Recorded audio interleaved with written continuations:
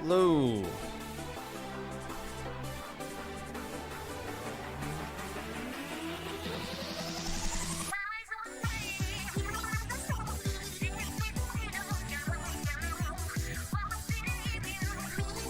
It is Popcast time, ain't it?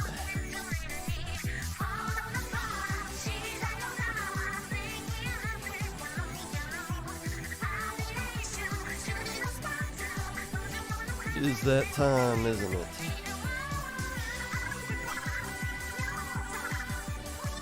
Did I shoot this turkey with my pop gun? Yes, that's why it's making these little eyes, this like look on its face. I wasn't expecting that, now was it?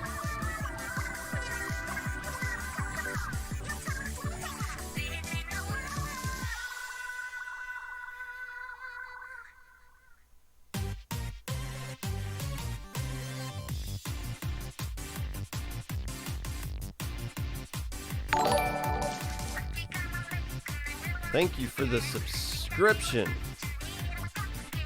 Battle Girl Dimples. Another month of the Popcast. Well, this is my 4th episode in 8 days. So, put your head there, buddy. We'll do a lot of these turkey gun. I don't know about that. Little Thanksgiving gun. Thank you for the subscription, Bell Girl Dimples. Hopefully, do you guys normally, people who don't subscribe, do you normally get like ads during the actual segment? And if you do, when you come back from the ads, does it like drop you where it left off, or do you just get dropped right in the middle? Like, do you just miss everything? Just before. Okay, that's cool. Where did I find this hat? I don't know. We've had it for a long time.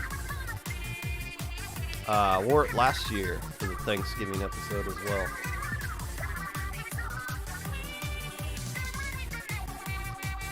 Actually, it's not a hat. It's an actual turkey that's just sitting on my head. Add when you join. Okay, fine. That's good.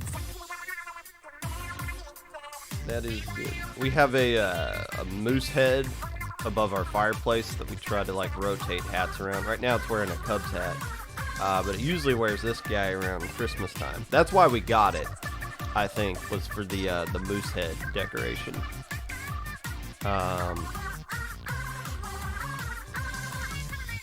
But there's currently a Cubs hat on the moose head downstairs, so I'm borrowing the turkey hat. After this episode, I'll switch it up. I'll put this one on the moose head, where it rightfully belongs. America's favorite holiday? No, America's favorite holiday is Christmas. We celebrate it 12 months out of the year. We'd celebrate it 13 months out of the year if there was a 13th month.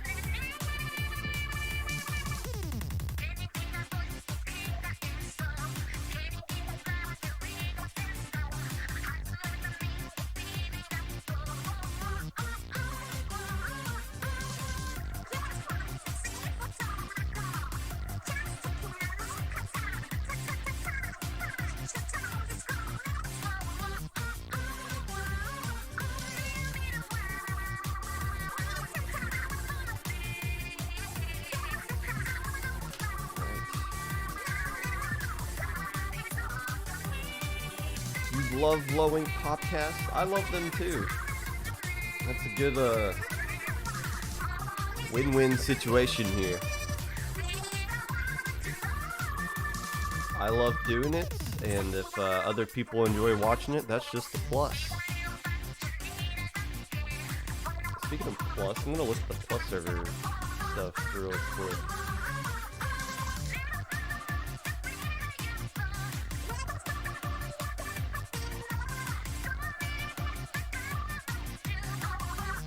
See how many Div 2 players did not get voted in.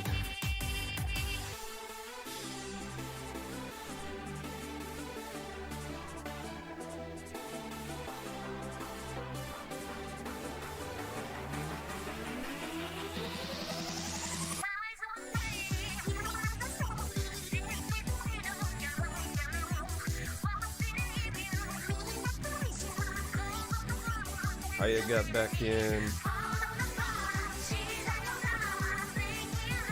Get in. Z's thing. He's been the only one going out getting the results. Yeah, Z's still in. Okay, cool. All three of Destiny Troops members got in.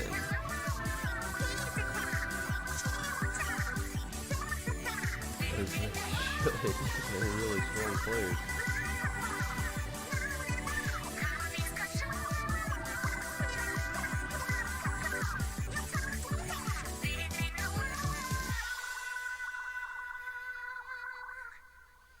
Oh, if we had some Div 2 players get kicked out of here.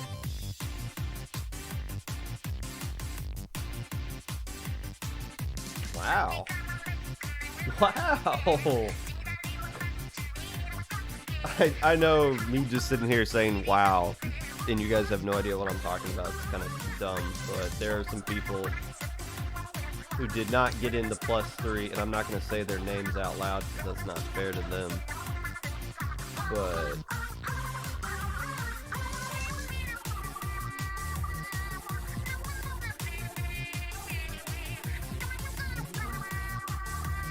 was this a purge month?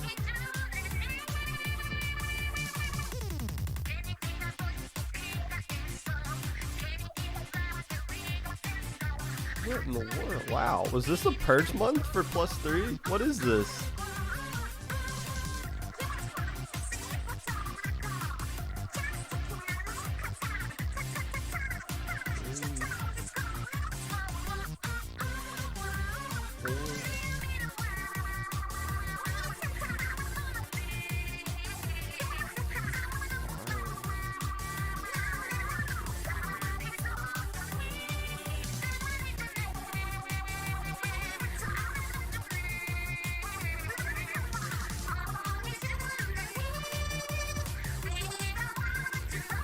Some of the jackasses got voted out, which is good. But some of these players are... Why would they not be in +3? That is ridiculous. Whatever.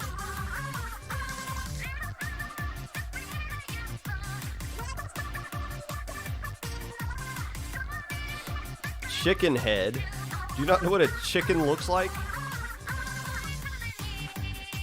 Why? Use some context clues here. What could I be wearing other than a chicken in the month of November? Chicken head. He's got a little top hat.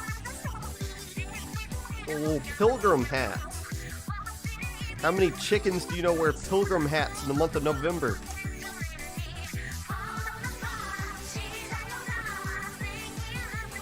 What do they teach you kids in school nowadays? I swear. This is the future of our country.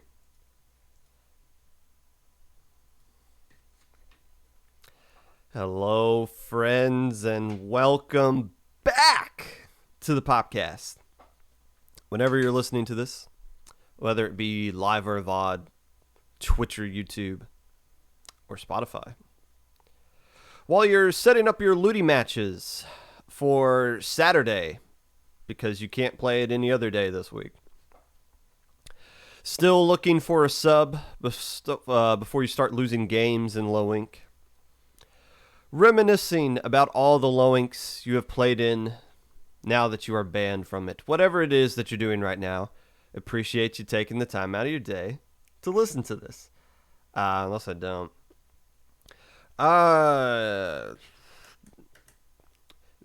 Fun low ink, unless it wasn't. Few announcements. It seems like we are going to open up staff applications soon. Maybe today, maybe not. That's not my department. I'm not HR for IPL, but you saw. I think JPEG tweeted out that he wanted some more. Wanted some more like live tourney staff for the upcoming future low inks. And we just banned a whole lot of people, so that's kind of how it goes. When somebody gets banned, we're like, hey, you love this tournament so much. Why Why don't you prove it and come back and work for us forever for free? And that's usually how we get new blood. That's how we got Bowen, and Bowen's been a great asset for us and several other people that we added last go around as well. So if you're interested in participating in Low Ink, we're more interested in people that are actually banned from it. We're not adding more staff who are also going to play in the tournament, and we can't you can't actually help run help desk and all that stuff. So if you're banned from Low Ink and you're interested in participating, helping out with it, be looking for that tweet be coming out soon. And if it doesn't come out at all, then well, just disregard everything I said here. News of tournaments that's upcoming that may be of interest to the casual listener to the Popcast. High Ink is December the 4th. And we found out yesterday who the final 16th team is going to be, or at least is going to be invited. I don't know if they've accepted the invitation yet or not. If they don't, then a mystery team will be invited next. There is a pecking order, unless there isn't. High Ink is going to be December the 4th. This is not a tournament you can play in. It's not a tournament you can sign up for. It's not something I saw people saying, asking for +3 to do a pickup for High Ink, and it's like you didn't look at the trailer at all. You didn't look at anything about this tournament at all, did you?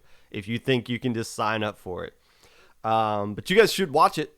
It's going to be a great stream. A lot of effort being put into the overlays and the overall broadcast that is High Ink. Great commentators that we reached out and secured ahead of time. It's going to be a doozy of a tournament. But a tournament you guys should be playing in is Little Squid League 17. That's going to be on December 11th / the 12th. Big Little Squid League, number 17, the weekend right after that. I believe a $200 prize pool, or at least the initial was $200. Might be more, might be less. But that's going to be a big tournament that we're going to be covering here on the Popcast. We're excited to see something I'm not involved in at all have a monster tournament. So it's make sure you sign up for that if you are eligible, which I believe is Div 7 and below, and maybe Div 6 if you can pass an exemption request, but I don't, no idea what the requirements for that would be. If you're banned from Little Squid League and you're looking for something to do, Squidboards is back. And it's going to be streamed on IPL. Squidboards Splat Series, I believe is what it's called.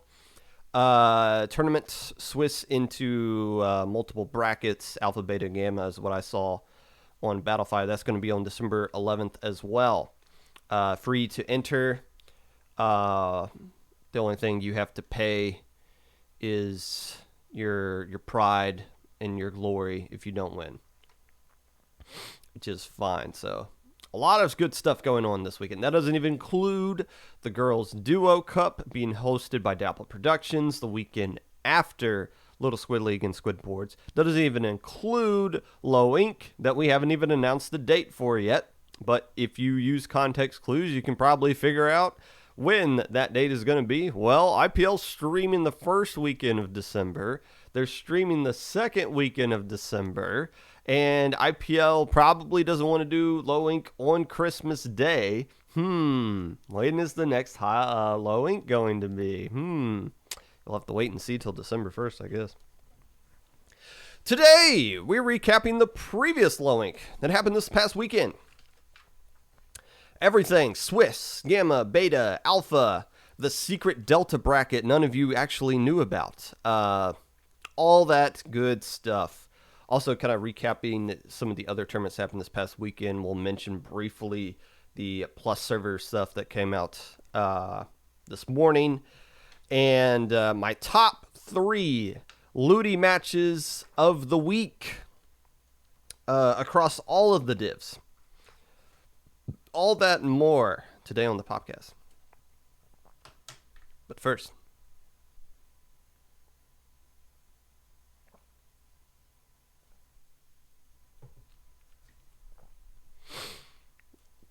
And as I did with the Ludi segment, we'll start doing this more often since I don't actually pay attention to chat. If you have like an actual question that you want me to answer, leave a highlighted message in chat and I'll go back and read it at the end of the segment and answer it.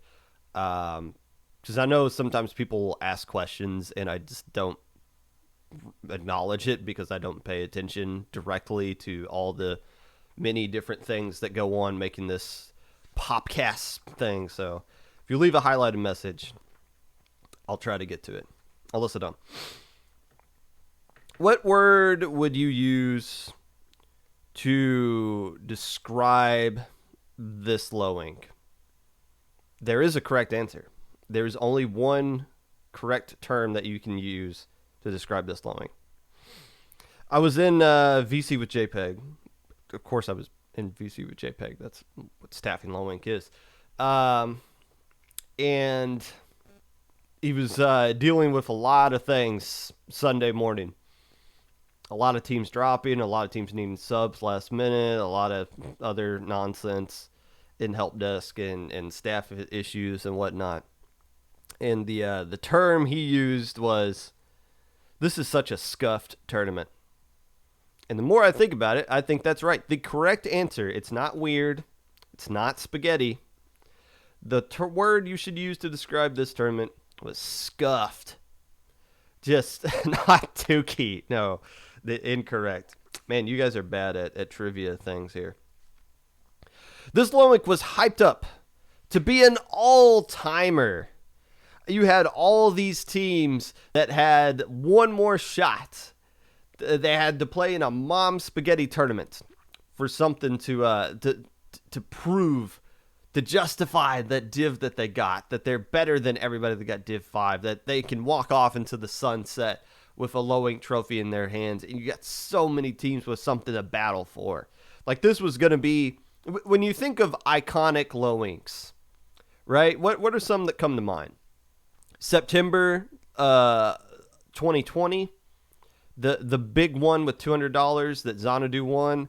Obviously, January for the massive amount of teams that signed up in it, and the 34-1 record Rising Matrix put up. The June tournament with the DC, the controversial low ink that led to the deep fried Octolanes coming away with the dub over Sirius. Obviously, do I even need to mention March? I mean, that's look at all the Popcast videos on YouTube. What's the number one watch video of mine on my YouTube channel? It's the recap of the March 2021 low ink. There's a reason for that. And I would include the October one from last month as being a iconic low ink that everybody's going to remember forever. Just because it went to a game 10 out of 10. I mean, it was just a fantastic set all around. This one was going to be one of those. It was billed to be that just because of all the factors that played into it, and it just didn't happen. I would argue that everyone involved in this tournament, even the team that won this tournament, left with some sense of disappointment. I genuinely believe that everybody involved in this past low ink left it feeling a little disappointed or miffed and thinking, man, that whole situation was scuffed. Let's look at everything that kind of played into making this a scuffed event. First off, the low turnout that we had for this event.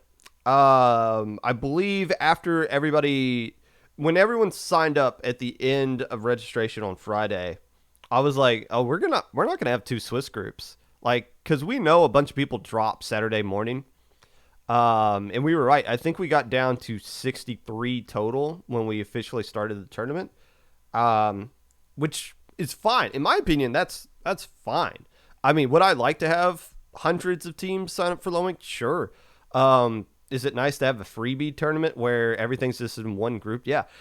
What's great about 63 teams is that we don't need to do 2 Swiss groups, which is really easy because you can, it's a lot easier to just seed teams just how we seed them. Like all the alphas get the higher seeds, and all the non-alphas, all the teams that go like 1 and 5 or 2 and 4, and we don't know anything about, they get the bottom seeds, and it works out for round 1. With 2 Swiss groups, you gotta you gotta double and triple check. Nobody's complained about one of the Swiss groups being stronger than the other since December. And I think that's because during the December episode of the Popcast Low Ink Recap last year, I kind of called someone out for spreading misinformation about that, why they thought their Swiss group was stronger than the other, and I mathematically broke down to explain why they were wrong. Ever since then, nobody has really complained because we put a lot of effort into making sure both groups are split as evenly as they possibly can be. All the alphas get split, all the betas get split. All the teams we feel like have improved enough, they get split as well into certain groups. And even when all the groups are split up before they go live, I personally double check every single group. And sometimes I'll be like, hey, this team doesn't need to be in the same group with like all these other teams. It'd be more balanced if we switch this team and that team in groups. So like we sign off on every group that we split up. Just to make sure we personally feel like they're as balanced as they could possibly be. But when everybody's in one Swiss group, that doesn't matter. All you got to do is seed them, and you're good to go. And again, seeding, like the actual seeding number, is irrelevant because after round 1, Battlefy doesn't care anymore. So it just, as soon as round 1's over, everything you put in to try to make it balanced goes out the window, and it's just play who you get from that point on. So that's fine. 63 teams, in my opinion, is fine. I would start panicking if the viewership went down. Like if we weren't getting the 100 plus viewers we get on Saturday and the 200 plus viewers we get on Sunday, that's when I would start panicking. But that didn't happen. We still got the same number of people who watch on both days as we normally do. And that was when we were running up against the solo queue thing on Saturday, and there was something else going on Sunday that was drawing a lot of attention. So it was great. Nothing really changed Twitch wise. So to me, that's fine. That just because people aren't playing in low ink doesn't mean they're not watching it. So that's why I'm not really like hitting the panic button that the numbers were lower than usual. And still, 63 teams still blows all these other tournaments out of the water. So I have nothing to complain about there. Why was the turnout so low? Looty divs came out, plus holidays, plus Looty matches, plus ratio. But I'm not panicking because of that. We might be a low turnout next month as well. But if January isn't, things don't get back to normal by January, that's when I'll be like, something's going on here. A lot of drops, as normal. Teams still not getting subs ahead of time. That seems to be an epidemic of teams not recognizing that their teammates are not going to wake up in time, or somebody's going to get kidnapped or something like that. And not like having that emergency sub built into your roster before the tournament actually starts. And I know it's hard to like have somebody, hey, just be on standby. You probably won't play, but if you do, you need to be ready to play, because we'll need you. Like, that's difficult to do, I understand. But it's hard to imagine all the drops we have could not have been avoided to some extent. But it happens. Emergencies come up from time to time. The biggest issue here, the number 1 seed in Alpha, Sekisnaga, who went 6-0 on Saturday. They dropped Sunday. Last month, Snowfall dropped from Alpha bracket. They did it 2 minutes before the bracket went live, which allowed for Rising Stars to move up, and we saw what happened there. This time around, Sekis Naga dropped, but they dropped 2 minutes after the brackets went live. Well, we can't just adjust everything after everybody's like started to get into their brackets and starting to get into their matches. Like, we can't just restart the entire tournament. And people that are in their game one, hey, that game one you played, it doesn't count because somebody dropped at the very top, so everybody got shifted around. So you just got to take the L, and you just got to drop your number one seed of the entire tournament. You just got to drop them immediately on Saturday or on Sunday. That sucks. And because they did it 2 minutes after, we don't get a Rising Stars moment. And it's interesting, the number one seed, the team that would have gone up if Sekis Naga had dropped just like 3 minutes earlier, Cold Coral, they won beta bracket. I think they did it without dropping a single set. I don't think they went to a bracket reset at all. No, they swept, well, they didn't sweep, but they did not drop a single set all day in beta bracket. So who knows? Those guys would have done really well in alpha if Sekis Naga had dropped just like 3 minutes earlier, but we don't get that moment. So that's another reason of just like extra disappointment added on top of all of that. Help desk wasn't that bad. I left halfway through Saturday. I had a wedding to go to. So, but I kind of checked in. It's just like, hey, everything good? And everyone was like, yeah, it was just a fine, normal tournament. You had the team complain about getting squid bagged, and oh my god, guys, I'll say this.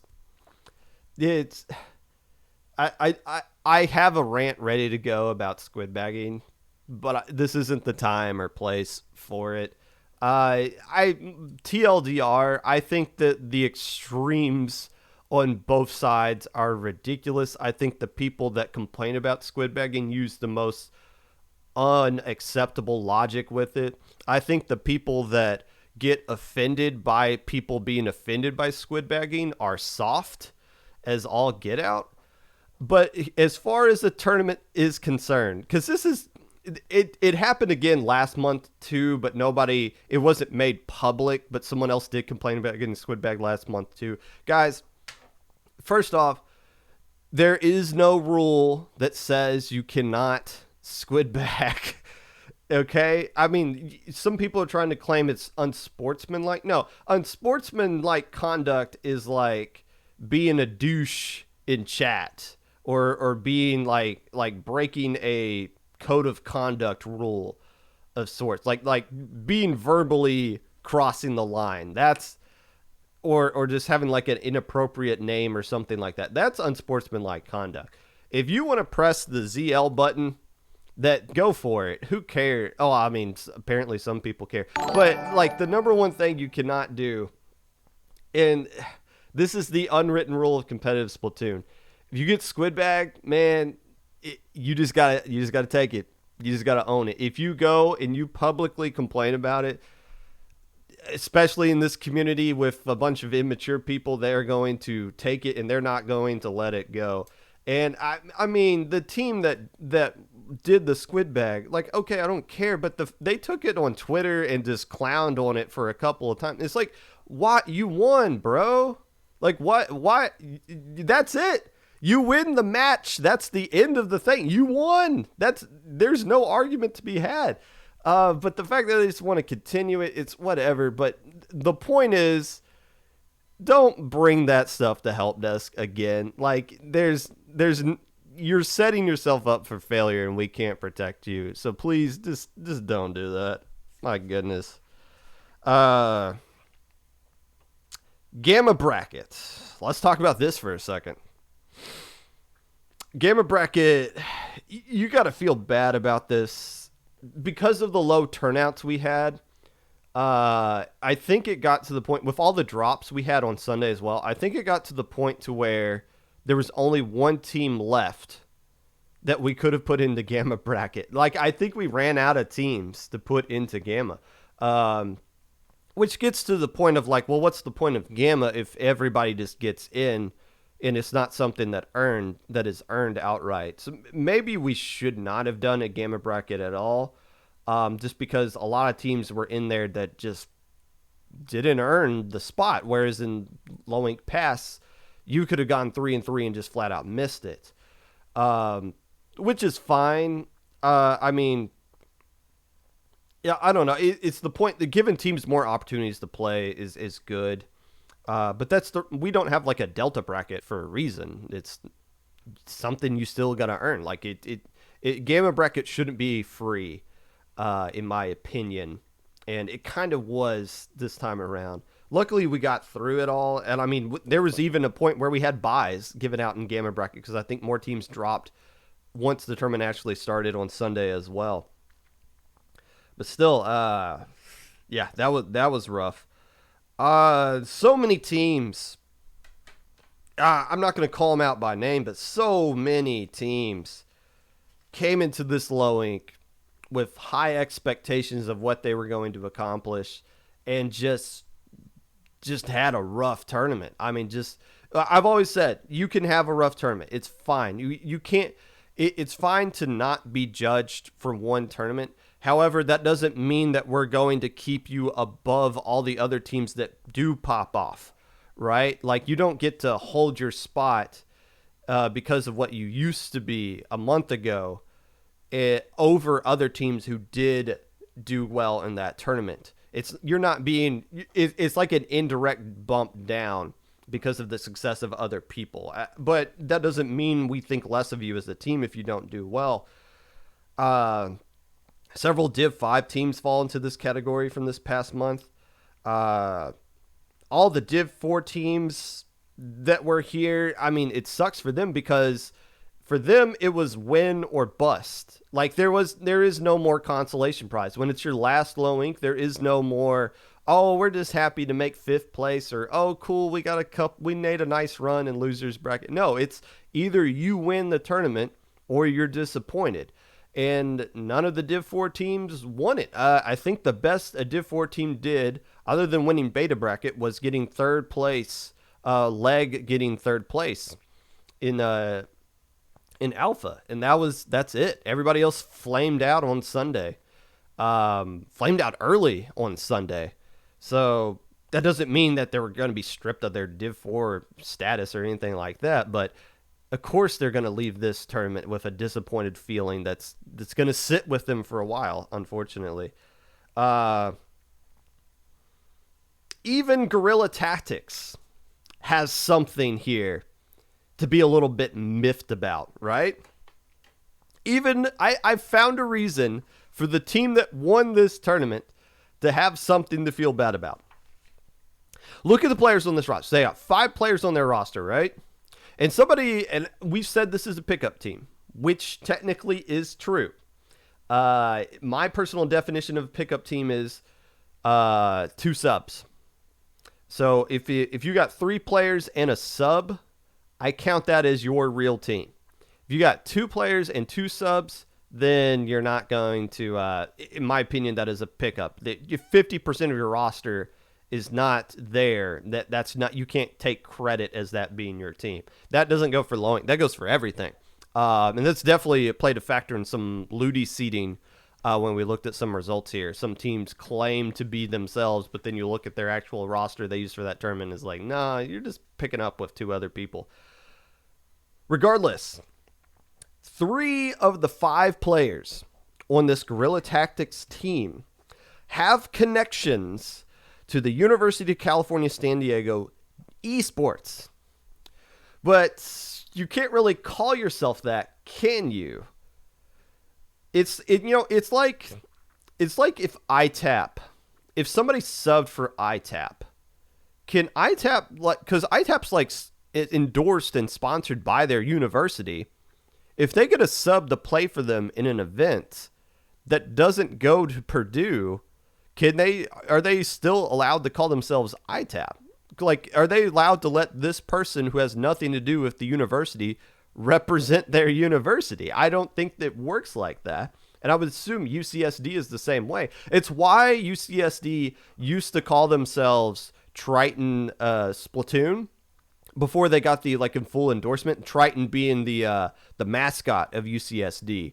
So when they got the actual endorsement, that's when they changed their name to UCSD Esports. But before, they were just known as Triton Splatoon. But you got a lot of players here who I think graduated and technically can't be on the roster anymore. DRF, Mofugami, and Golden Ball. There's basically Monster John were the players on this roster. The only player on this roster that is still connected to UCSD is Mofugami. If you look at the Ludi roster, it's just Mofugami that's on there. So those other players that used to be on UCSD that can't be on it anymore are probably sitting here saying this was mostly Triton Splatoon that won this tournament.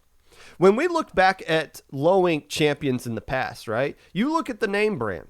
Xanadu. That name holds something. Luau. Destiny Troops. A2P. Rising Matrix. Xylo. Those names all have value to it. The deep fried Octolinks. You don't need to figure out, well, what was the roster like? You can just assume the name itself holds value. Nobody's going to look back at this low ink 4 months from now and instantly recognize who Guerrilla Tactics were. It's the problem with Heroes Fan Club. I can't even remember one player on the Heroes Fan Club, unfortunately. And that's not their fault. That's just the nature of what a pickup is. But if it's frustrating, probably, because if they could still just call themselves UCSD Esports, which they probably legally can't, that would have held more value and more people would have been excited about that. You can look back. We all know what the brand UCSD or even Triton Splatoon is about. That would have held more value, but still, we're going to look back at this and look up November 2021 and see Guerrilla Tactics won this low ink. Yeah, they're going to be in high ink, but still a little bit of name brand recognition is lost there, mainly because of the name of the team that they had to use and couldn't use. So there, I argue that's a reason for everybody to be miffed here. Nobody's happy in this low ink. Happy Thanksgiving. Also, this low ink included the FBI and the IRS. Those two teams were in this low ink as well, just to add more nonsense on top of this. Banning teams after this is weird, I'll admit. It's weird to think that Snowfall beat ITAP and Leg, yet Snowfall is going to be in the next low ink and ITAP and Leg are automatically out. That's weird. Yes. Even though Snowfall did have Sneck from BLT, who was also banned from low ink after this month for being a Div 4 player themselves. And my goodness, if you had any doubt as to why BLT has blown up since their roster change went over, I think Sneck put that to doubt, dominating teams all day long on Sunday on stream. My goodness. But yeah, it's weird. It's weird that Snowfall is going to be in next month and all the teams they beat are out. Do I feel bad about that? No, of course not. I don't. I've talked about this several times. It's not unfair. The bans are not unfair, and they're not unjustified either. All these teams had their shot. All the teams that got banned, they had their shot. And there's nothing we can do. We can't help them win low ink. Wipeout Punks needed subs on Sunday, and I think they got the subs, but they didn't get the right subs that fit the caliber brand of Wipeout Punks. They don't get another shot because of that. ITAP, I think they had issues with one of their players getting in on time. There wasn't like a mystery or anything. I saw Gasical tweeting out that they weren't going to be available, or they were rooting for people to play well, which gave me the sense of like, wait, you're not playing? So I think they had issues just like scheduling wise with them. They don't get another shot because of that. Other teams in Div 4 just failed to make alpha bracket. You can't. How many more opportunities do you need? It's low ink. It's rough. Winning low ink is hard, regardless of your skill level. It's very difficult, and you only get so many opportunities. You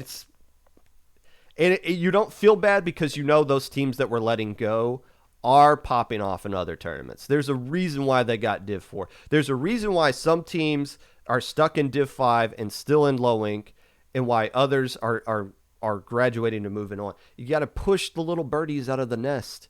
You guys got to go. And it's it feels weird because what are we supposed to do now? And I've always been hinting, well, there's something coming around the corner, and I still can't reveal what that is yet. But I'm going to ask and to see when we are revealing that thing that we are revealing at some point, and see, like, I want to just tease it like right now. I'm not going to, because I like my job and I don't want to get fired from my non-paying IPL position. But just wait. I know I've been saying that for a while, but you guys don't have to wait much longer. Let's just get with that. How about? I always said I don't feel bad kicking a team out of low ink because there's something for them. Well, that something for them is coming up soon. Do I owe apologies to someone? I got pinged on Twitter Saturday night, on Saturday, saying that I owed people an apology, which I didn't understand. It's like, well, I'm at work, or I was at a wedding. What did I miss here? And I looked back through. Why are people pinging on? It's been a while since somebody on Saturday got overhyped. I think people kind of realize Saturday doesn't matter. You just got to get to alpha bracket. You can go 4-2 or 6-0. It doesn't matter what your seed is. Just make it to alpha bracket and you'll be fine. Come on, Bird. Don't be hitting the mic. But yeah, why? I don't owe anyone an apology for what they do on Saturday. We talk about Saturday a little bit here on the Popcast. But when I'm done talking about it, you guys will forget Saturday ever happened. You'll never hear about it again. You only hear about what happens on Sunday. That's when I owe people an apology. But, I mean, my top 10 wasn't that bad. 7 teams in my top 10 made alpha. The other 3 made beta. That's about fine. Did I mention Guerrilla Tactics? Not in my top 10, but I did mention it. What did you say, younger pop gun, younger version of me? Starting with Guerrilla Tactics. Okay. Basically, you got some Triggerfish Supremacy members because we banned Kraken Mayor, who's Div 5. That's not happening. And UCSD Esports seem to be where most of these players are coming from. That's true. I honestly, I think these guys will do pretty well. Just looking at the roster they have on paper, and the fact that pickup teams in general are playing better as a whole across the board than what they were earlier in the year. Players are starting to get more comfortable building synergy with people in a short amount of time, as opposed to coming together as an actual team and building synergy over the course of time. But people are so used to playing in pickups now that pickup teams are pretty strong. So we'll keep an eye on Guerrilla Tactics. On paper, their roster seems pretty strong. Well, thank you, Pop Gun in the past. You were right. We did pay attention to the Guerrilla Tactics, and they did seem pretty strong. Hey, I might be onto something here. Am I ever going to put a pickup team in the top 10? I don't think that's fair.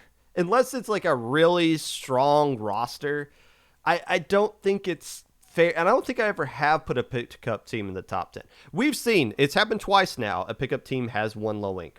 This year in the 2-day system, we know it's possible. But does it fair to put a pickup team in the top 10 over actual legit teams that are grinding and do look like actual contenders? I don't know. I don't think I would have to see a monster pickup team. But I did at least catch him. I did at least say that I thought they were going to do really well. Did I think they were going to win low ink? No, of course I didn't. Did any of you think it did? Other than like maybe Vapor. I mean, everybody believes in themselves. Regardless, hats off to Guerrilla Tactics. We'll talk more about you guys later. But you ain't getting an apology out of me. I did at least mention you. There have been several people who won low ink that I didn't mention at all. So I at least acknowledged you existed. Speaking of acknowledging existence, let's go ahead and acknowledge some other people's existence and accomplishments from this past weekend. It is time for the weekly recap.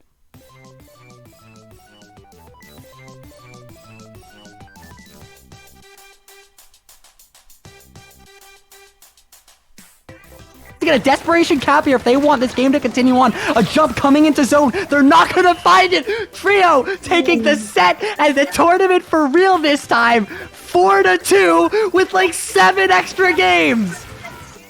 That was Brush and Skep on the call for SOS 49 that saw Trio, Roblox, Chan plus Nika beating Wavelength 4-2, we think. I mean, maybe it was 5-1. That's what it looked like. But they ended up winning technically 4-2 on Stream Cherry Limeade finishing third place. So what happened there? What happened in the last SOS?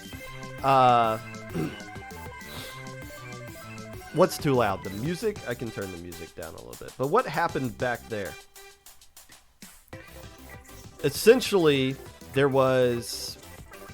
My camera's out of focus here. I just want to explain what happened. Timeout. There we go. We're back. We're back in this dimension. It looked like the maps on Battlefy didn't get transitioned over. Like they played the maps in grand finals, the same that were in the semifinals. So the first game counted, but the staff caught it in the second round, so that one didn't count. So they replayed that, but then the Wavelength was like, well, wait, why are we replaying game 2 but not game 1 if game 1 was the wrong map?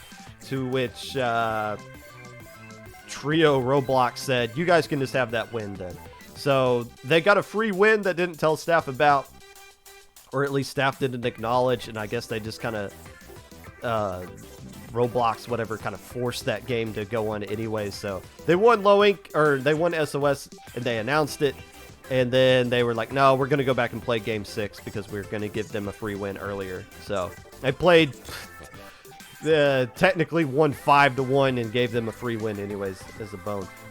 Trio Roblox, basically a Michelin Hero-ish pickup team. Hammerhead was won by Resilience, a team that is so resilient that even when they disband, they come back and play in several tournaments afterwards.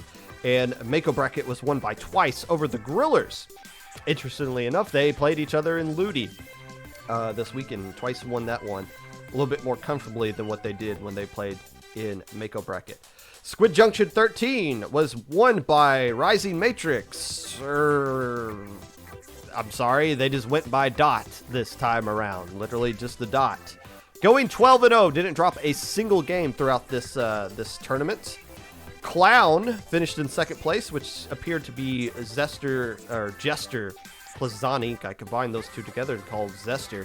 When Jester plays with Zonic, they should just call themselves Zester. That kind of works out, actually.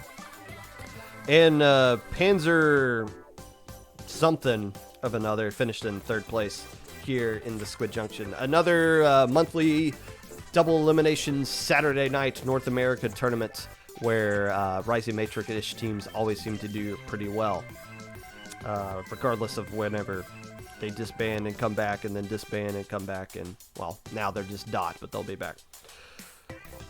Ludi matches of the week. I got 3 of them. My top 3 Ludi matches of the week. Number 3, give me Aquatic Vanguard beating Access Denied 5-4 in this Div 5 matchup. Access Denied winning the first 3 games. Aquatic Vanguard closing out, winning 5 of the next 7. to take this one away from Access Denied. Number 2, give me Hyperflow knocking off Puzzle 5-4 in this Div 3 matchup between two very strong Div 3 teams that seemed very right with each other. The number 1 match, the number 1 Looney match of the week goes out to Div 9.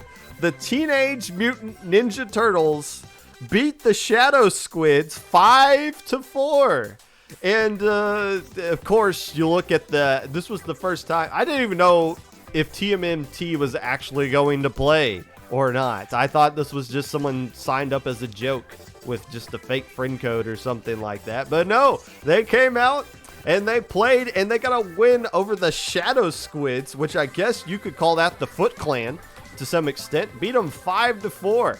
Hey, that looks like a great match. Is there a stream? Is there a VOD of this floating around somewhere? We'll want to see it. If you have TMNT as your Div 9 champion, those hopes are still alive. Although their Max Axe era looks to be the strongest Div 9 team that we actually know of this time around. They did not add Splinter to their roster. That is a joke. Are you for real? I mean, they only had 4 people, but it would make sense that they would add someone called Splinter to their roster there. Plus server votings came out today. Casey Jones. Why not April O'Neil? She's in the Nickelodeon Smash Brothers. She can fight. Why can't she play Splatoon as well? Plus server votings came out today. And as always, I steal my information from Kbot. Did Kbot give a tweet breakdown about the plus server voting issues this time around? And it looks like, yes, 38 minutes ago. So let's steal that and take credit for it. 1 new member was added to plus 3. 16 new members were added to plus 2. And plus 3 trimmed the fat, going down by 11 players. 60-ish% of players voting in all of these servers. I think that's kind of the issue with some of these plus server votings, is you have so many people you have to vote for. Everybody I've talked to who votes for people in plus servers always says it's dumb. Like you got to vote for so many people and you don't really know who any of them are, and you don't see a lot of high turnout coming from the votings at all. Plus 3, I don't think going down by 11 players counts as a purge, but it does fit the trend of like, oh, every now and then we just got to get rid of people for whatever reason. So there you go. 76 people in plus 1, 111 people in plus 2, 142 in plus 3. Hey, I'm not involved in these plus servers. I don't want to be. So if other people are happy with it, so be it. The Kansas City Chiefs defense finally found a way to play football and beat the Dallas Cowboys 19-9. The Rams had a bye this week and they needed it. Boy, howdy did they need that bye. They'll be back next week. And that was the weekly recap. Sponsored by Mako Mart. Hey, do you want to have a match on stream that's actually good and entertaining? Make sure you play at Mako Mart. It doesn't matter what the mode is. Rainmaker, Clam Blitz, Splat Zones, Turf War, whatever you want to do. It's always exciting. If you think about some of the best single moments on stream, the best 5 minutes on stream of all time, they always involve Mako Mart in some way. So, Mako Mart, the only map that is on a seemingly flat surface, but you can still fall to your death in some certain areas. That makes no sense in a grocery store.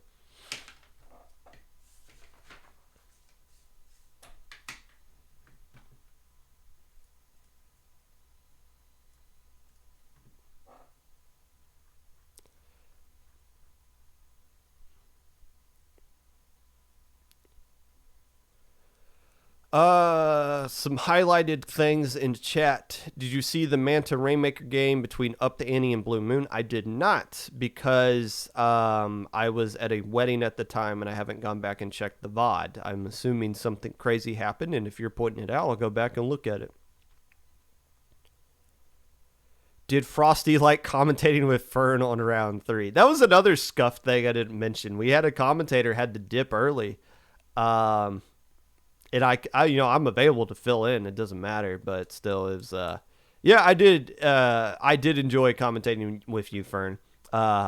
It's good having dynamics of people, like when you have people who can establish different roles and it's entertaining for the audience, then yeah, that works out. So yeah, I feel like our commentary together was entertaining for the audience, so that was good.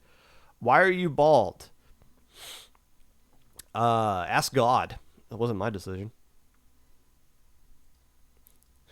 Kiss me by the melons. I can have the opportunity to allow or deny that message. Let's get wild today. Let's allow it. I've added the terms. Kiss me is now a permitted term. Why would that be banned? What in the world? Matches from Saturday. Let's talk about Swiss matches.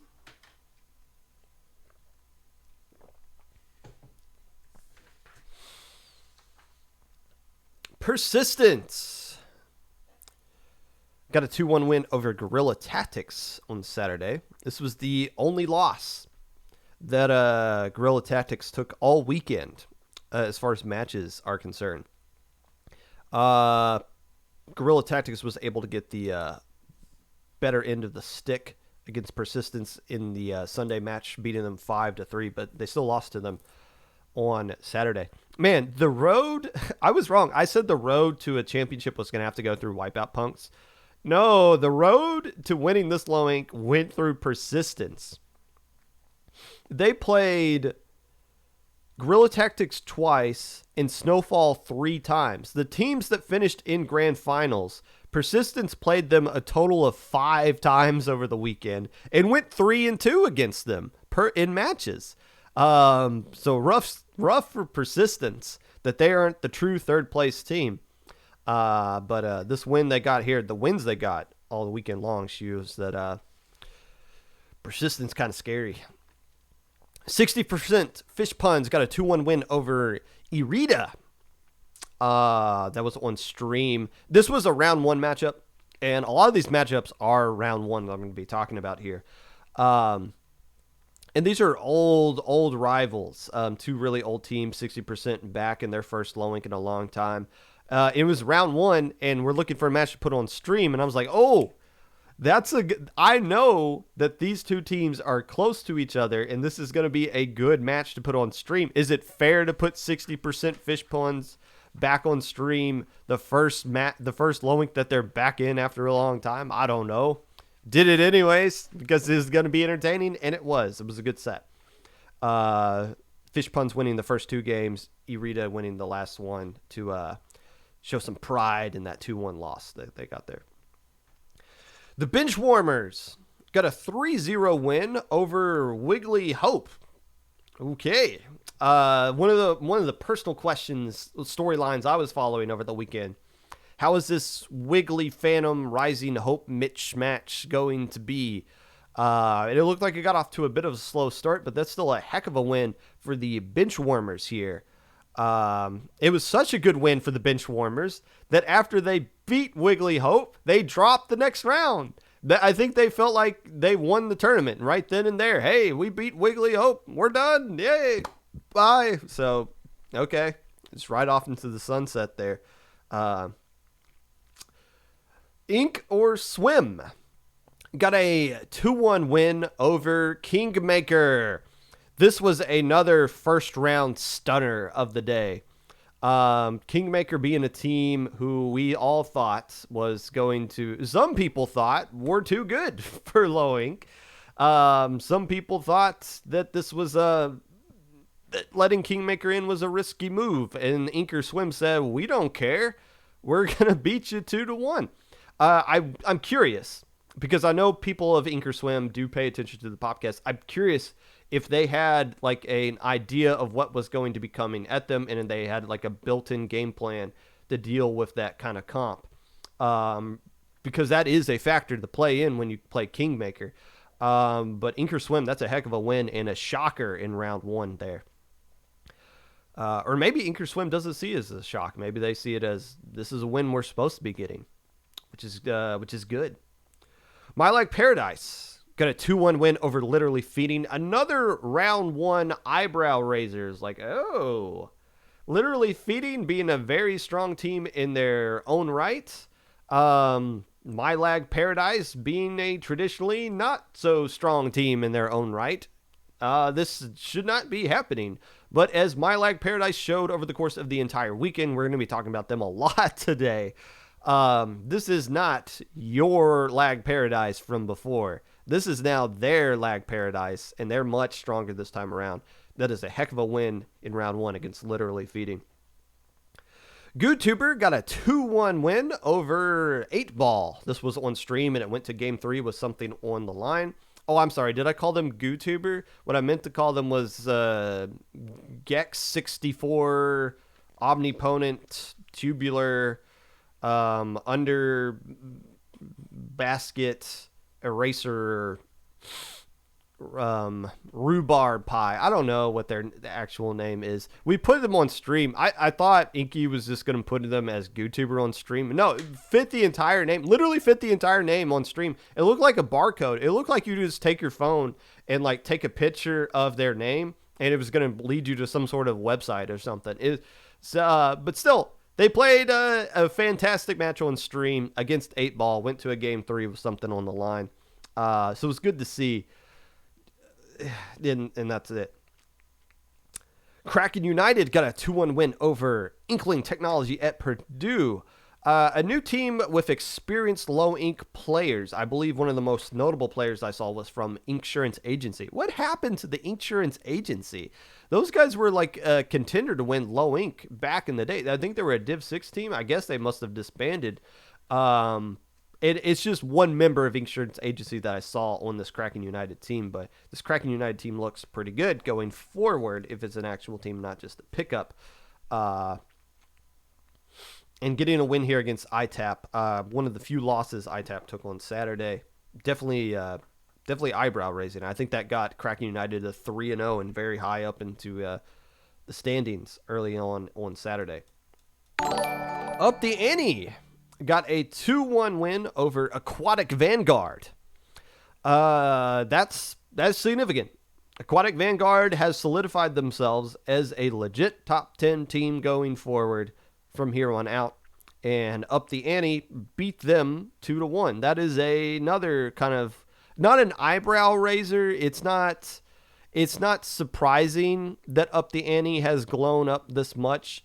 But now that they're starting to knock off contenders, where does Up the Ante sit in the grand scheme of things? Are they a top 10 team going forward? Are they how close are they to winning a low ink? Those are good conversation.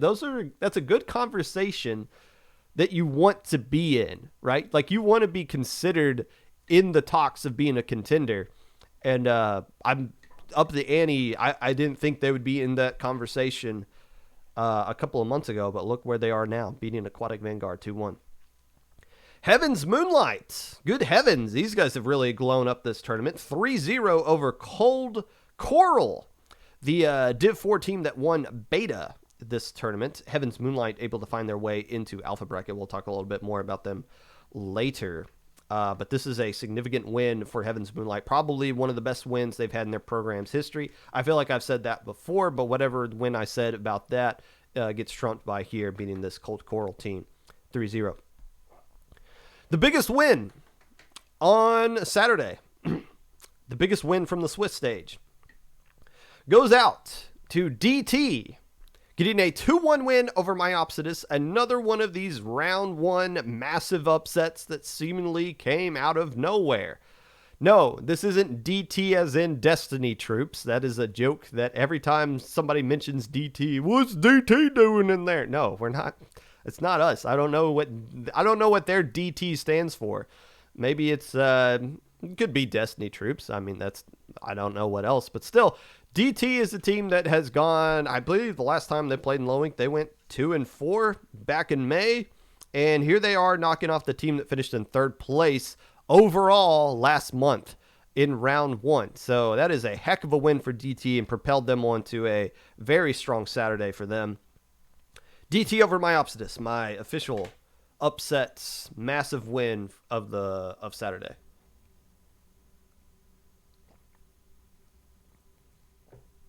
My winners from the Swiss stage. We got to acknowledge the team that went undefeated in the one bracket group that we had this time around. Sekis Naga went 6-0 with key wins against My Lag Paradise, Afterburner, Leg, Choco Mel, and technically beat Persistence, even though Persistence, I think, had to just forfeit that match because, I don't know, maybe somebody got locked out of their house or grounded by being locked out of their house. For whatever reason, I don't think Persistence actually played that match, but it didn't matter.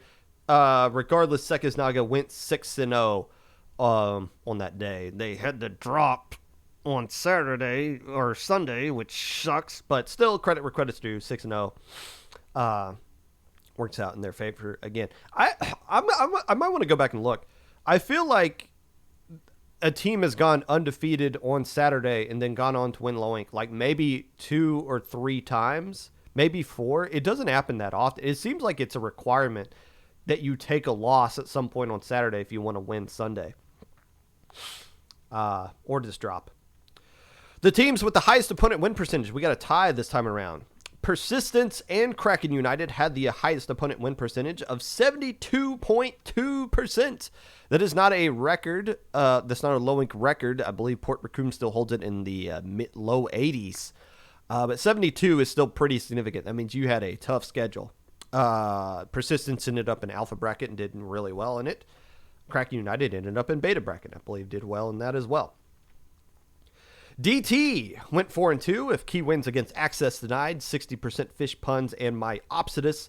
Originally missed alpha bracket, not by their opponent win percentage because they were tied with Aquatic Vanguard, but it came down to the second tiebreaker, which is personal win percentage. They missed it by 3.6%.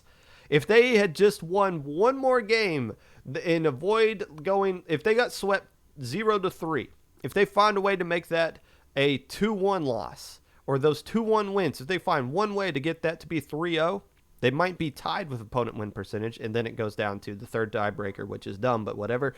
Regardless, Destiny Troops, I call them Destiny Troops, DT, moved on to alpha bracket anyways because a team dropped before then. Doggone it. I can't be the only one who makes that mistake. I'm sorry.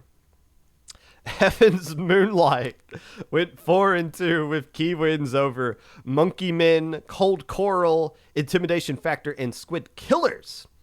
They went 3-3 in July. Is Heaven Moonlight the legit future of low ink? They might be. They've been steadily climbing that ladder, and now they're back in alpha bracket, or not back. Their first appearance in alpha bracket. So good to see Heaven Moonlight stick around and start to grow. And start to take that next step up to being a 4-2 team, making alpha bracket outright, earning it, not because of drops. Title Abyss went from 2-4 last month to 3-3 here with key wins over YouTuber Octo and beat the IRS. I need to know how to do that. Took a game off of OK Woomer as well, ended up in beta bracket, so a bit of a bump up for Title Abyss as well, going from 2-4 to 3-3. Getting some good wins there. Aquatic Vanguard went 4-2, barely by the skin of their teeth, earning a spot in alpha bracket this time that they didn't technically earn last month because of drops bumped them up to alpha bracket. They earned their spot legitimately this time. Key wins against My Opsidus, Ocean 7, and a team called BYE. This team has never won a game in low ink history. It's really weird, but Aquatic Vanguard keeps the tradition going of beating that team. Legitly earning a spot in alpha bracket this time around. Consistency, you love to see it. Afterburner went 4-2, making alpha bracket with key wins over Irida, Ocean 7, and Inker Swim. A new team made up of some players from Akuma and Mahi Monsoon, who I assume is dead and gone at this point, or maybe just on a hiatus. We miss our Mahi Monsoon brethren, but it's good to see some of those players still playing. at least with other teams. Up the ante. Of course, these guys deserve a winner roll here. 4-2 with key wins over Aquatic Vanguard, Blue Moon, which was on stream, and the IRS. First alpha bracket, I believe, for Up the Ante that they earned here, and rightfully so. Hats off to them, or turkeys off to them. Resentment, a pickup team, because they had the word pickup in their name. That makes sense. At least they're upfront about it. They went 4-2 with key wins over Heaven's Moonlight, DT, Ink Vaders, and Astro. Alpha as a pickup. This is one of the teams that dropped before the bracket actually went live, and I believe this is the reason why DT got bumped up into Alpha bracket. But still, credit where credit's due. A pickup team did also qualify for Alpha bracket, even if they didn't play. 8-Ball went 3-3 here with key wins against Astro, Rolling Squid, and Sailors. A solid tournament for a team who took the number 1 seed in Gamma. 8-Ball played in Div 8 of last season. I believe they're actually in the more legit Div 8 this time around as well, starting to get some key wins around teams that are at their skill level. 8-Ball is improving. Biggest winner over the Saturday. My biggest individual winner from Saturday. Give me not your Lag Paradise, but my Lag Paradise. 4-2 with key wins over Access Denied, My Opsidus, Illumini, and literally Feeding. Those are all Alpha Bracket regulars that they beat there. Opponent win percentage of 66.6%. That's tied for second strongest schedule that they got. And this is a team that went 2-4 in August, where their 2 wins came against Rolling Squids, Rolling Squids and BitClam. So, a bit of a glow up there. Not your Lag Paradise, but my Lag Paradise has grown up a lot since we last saw them in August. My goodness. Let's mosey on over to Sunday.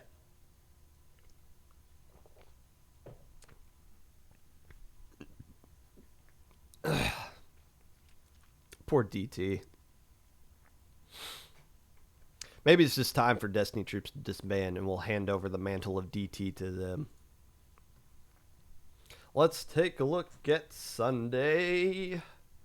That's October, Popgun. Where's the... We're done with that guy. Yes, here we go. Screen. And scene. There we go. Gamma bracket. Again, this was just...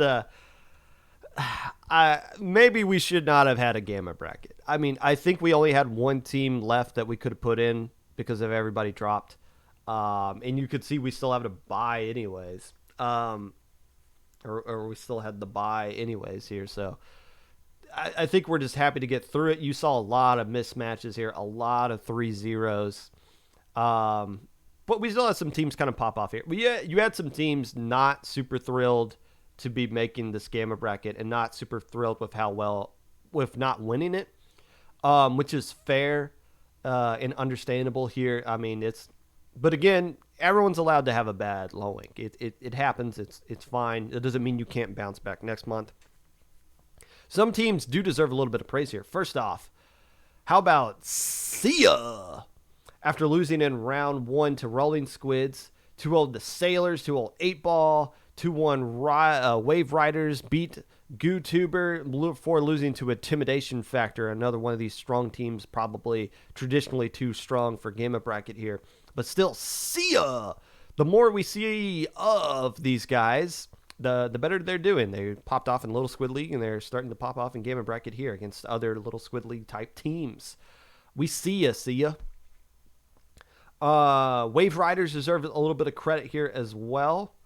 Sweeping Inkception before losing to Ink or Swim. A strong team that's down here in Gamma. Then beat the Bamboo Dragons before losing to Sia. So getting a couple wins here is this Wave Riders team. Definitely wanted to point that out. For the 2 teams that finished up top here, I think BitClam, this is kind of surprising. First off, BitClam beat Kingmaker in winners bracket 3-2 before Kingmaker just kind of overwhelmed them here after, I guess, losing the game 5. They were able to just kind of take control of the set in the reset there. But BitClam was the last time we saw BitClam was in Little Squid League 16 earlier this month, where they finished in Silver Bracket and lost in round 1 of Silver Bracket. So this is a big glow up here for BitClam, beating Astro, beating 8-Ball, sweeping Inker Swim. These are all significant. Beating Kingmaker straight up before losing to him 2 times. But still, this is a huge accomplishment here for BitClam and a big step forward for them. For Kingmaker, I had them as like my official number 11 team. It's hard to tell because this is their first low ink. It's hard to tell if it's just people are starting to counter them or if they just had like a bad day or something. Like, it happens. I'm not willing to write off Kingmaker just yet. I want to see what they do next month in low ink. Because they showed here that they're clearly better than most of these teams. Intimidation factor, this is a rematch from Falco's Friday Night Frenzy, swept them there. After BitClam seemed to have them figured out, Kingmaker was like, no, we figured you out, and was able to beat them here. So Kingmaker's still a really strong team. I want to see what they do next month, because I still think they are a legit contender. I feel like a lot of people see them as that as well. It's just, have people solved them yet is the question that I had for just the bad Saturday that they had in low ink. But that doesn't mean they can't pop off next month. Beta brackets. This one is more of your traditional beta bracket thing that's going on here. You got the mix of teams that are pissed because they didn't make alpha, and you got the mix of teams that are just excited because they got bumped up to beta because of all the drops that we had on Sunday. Not a lot of interesting matches to note here. Cold Coral and Kraken United was the only one that kind of went to a game 5 here on the winner's side. We talked about Kraken United, how they beat ITAP and some other notable teams. It's a team we'll be keeping an eye on going forward here because they did do pretty well, finished in 4th place, beat Blue Moon as well over here. Blue Moon deserves a little bit of credit. They're definitely a winner in this side of the bracket. Beating Surf and Turf, losing to Myopsidus because Myopsidus is a strong team here that found their way in beta. Beat Wiggly Hope, Ocean 7. So Blue Moon, I feel like, still improving, still not a bad result for them at all. But this Kraken United team seems pretty strong in their own right. Illumini, I want to point this out. Illumini, has been making some alpha brackets. Yeah, they slipped down here to beta, but I think this is the best Illumini has done on a Sunday period.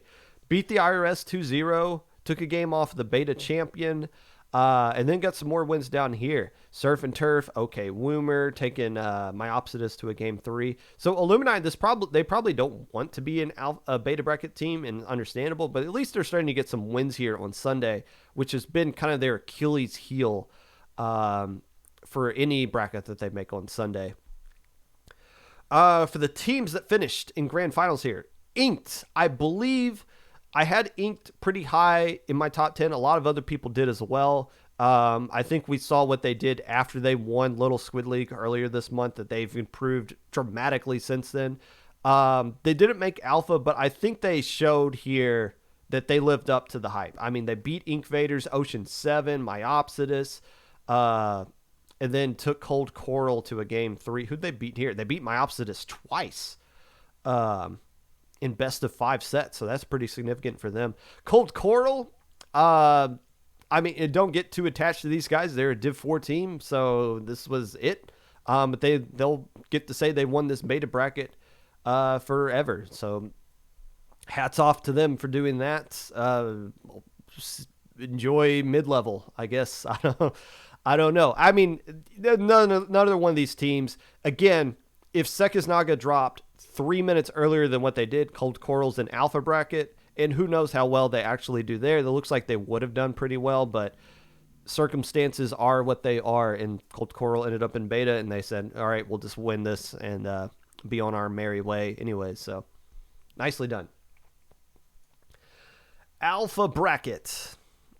despite this nonsense right here, and this is unfair to DT, kind of. I mean, they got bumped up. They were originally in beta, got bumped up, and the first team they get to play against dropped immediately. So then they get in this round 2 match against MyLag that beats them, and then they get knocked out here as well by Chatuba. But still, that doesn't discredit DT had it. It would have been nice to see them play in beta bracket, though, rather than kind of get this nonsense happen to them. But still, you got a lot of really good matches here. I guess we should just talk about some teams in general. First off, let's talk about Persistence. Because there was that point in time on Sunday where I was watching Persistence play, and I was like, oh no, they're going to win this tournament. And then everyone's going to be on Twitter being like, why'd you let Persistence play? They were finishing in second place back when this is a Div 4 tournament, all this stuff. And it was like, uh-oh. They might wreck this tournament here. I mean, they only lost Saturday because they dropped at the end of round 6 or forfeited round 6. But Guerrilla Tactics able to get them back here. Persistence does go on a bit of a run afterwards, beating Legato, a strong team. But just I said this when I commentated this one. It's really difficult to beat a team 3 times in low ink, and especially in a best of 3. Snowfall, that game 1 was built for them to win, and just had the right Persistence counterpicking a map that Snowfall wanted to go to anyways, and just worked out in their favor there. But still, Persistence lived up to the hype and beyond some. I was questioning how good they were going to be. They are back to being a top 10 contender, top 5 contender probably in next month. So yeah, nice work, Persistence. Good to see you guys back in action, just as strong as you always were. Legato deserves a little bit of a shout out here with their new roster they got and rebranding things. How good were they going to be? Well, they made Alpha Bracket again and took control of things from there. Heaven's Moonlight 2-0 lost a leg, but then went on a run here. Up the ante, gone. The Chatuba team, gone. And then ultimately losing to Persistence. So up the ante, taking a big step, or not up the ante. Legato taking a big step up here with their new roster. These guys are the future of low ink. These guys are definitely the future of low ink. A former Little Squid League champion, and their new roster is looking pretty lit. My Lag Paradise. I mean, not your Lag Paradise, but mine. 2-0 ITAP, beat the DT team, lost a leg on stream. And then I believe they got some more. No, they ended up losing the Snowfall here. But still, My Lag Paradise was a team that was like, okay, 4-2 last time you were in low ink. You found your way into Alpha Bracket. Are you legit, though? The wins they got here proved that My Lag Paradise is legit. I'd like to see these guys more in other tournaments outside of low ink before I consider them like is this an outlier kind of thing, or is this the standard going forward? But My Lag Paradise, I think they proved they belong amongst all these teams here with what they did in Alpha Bracket, especially against these two teams, in taking games off of the leg here before losing the Snowfall. We'll talk about to some extent. I mean, the storyline here, obviously, as you look at these teams, the storyline was going to be Leg, ITAP, and Wipeout Punks. Wipeout Punks, they just needed subs. That was their main issue here, and that's why, I in the back of my mind, as far as we're looking at teams, because whoever's going to win this is going to go on to play high ink. In the back of my mind, as I'm looking at these rosters, I felt like Wipeout Punk's core roster was the best team to win this tournament that could compete with the other teams we already have in high ink. That's not to say anything bad about Guerrilla Tactics. Obviously, they won. They should be strong. But I just thought Wipeout Punk's roster would have fit in really well with the other teams we had in high ink. But they didn't have this roster right here. They needed subs, and they got eliminated early. And we'll never see them again in low ink. But they're going to be all right. They're a strong team. They're good. They're going to be okay.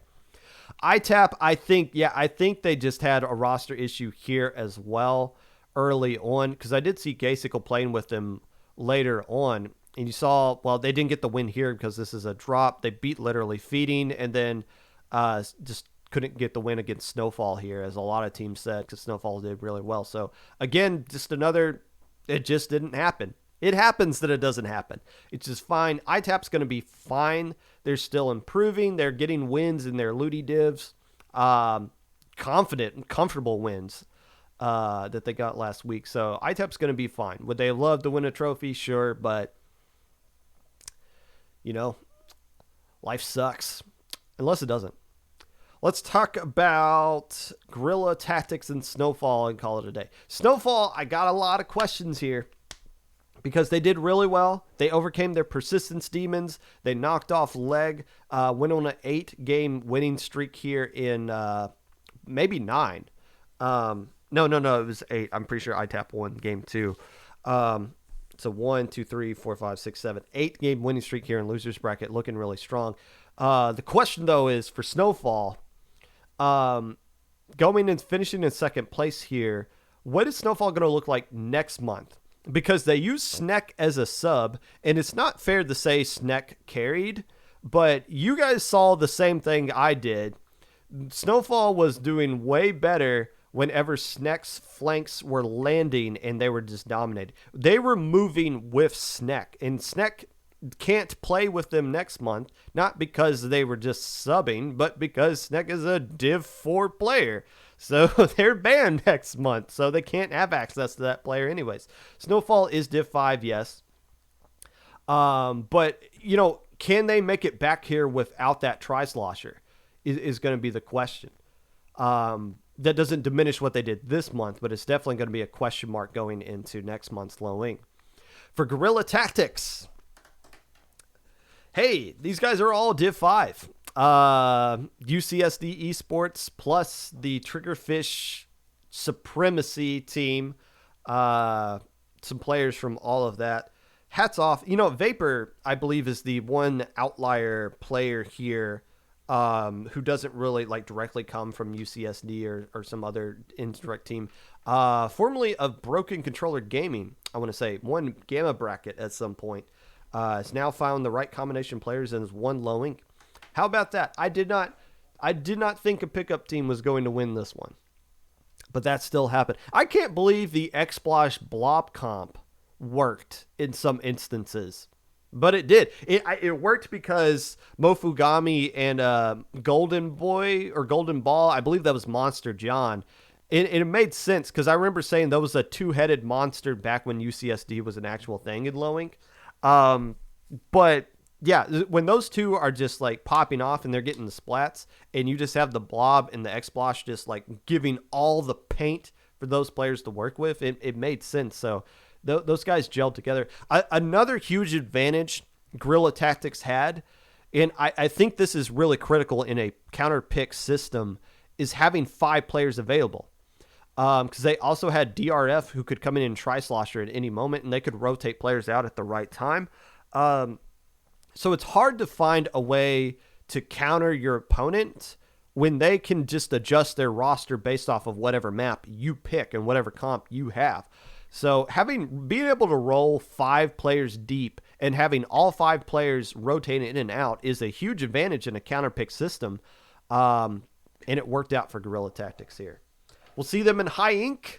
As Guerrilla Tactics, but UCSD and Triggerfish Supremacy, are they in the same I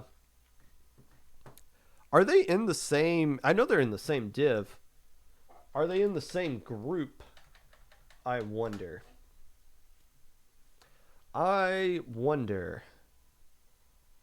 No, but Persistence is in the same group as Triggerfish.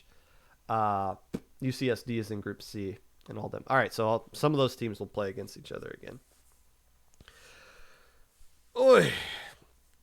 Scuffed tournament. It's over. You guys enjoyed it anyways. Unless you didn't. If you didn't, well, life goes on. And life is going to go on for me too as I am leaving in this. I'm getting a headache from wearing this. Someone called this a chicken earlier. If you'd like to be a part of the Popcast in any way, If it doesn't involve GG and me after playing me in solo queue or anything like that, feel free to reach out to me at my socials below. Discord, hashtag Popgun, hashtag 5882. YouTube at Popgun 25 Popgun. Twitch at Popgun 25. And Twitter at Mr_Popgun. Is anybody streaming Splatoon 2 that we can raid here? Let's raid. Oh, I can raid myself, I guess. Let's raid Keen. Keen says, good morning. Enjoy Thanksgiving if it's something you celebrate. If you have nothing to be thankful for, then I guess, well, life sucks. We'll be back next week with a preview of High Ink. We are going to preview every single team playing at High Ink to build up some hype for that. So we'll see you then.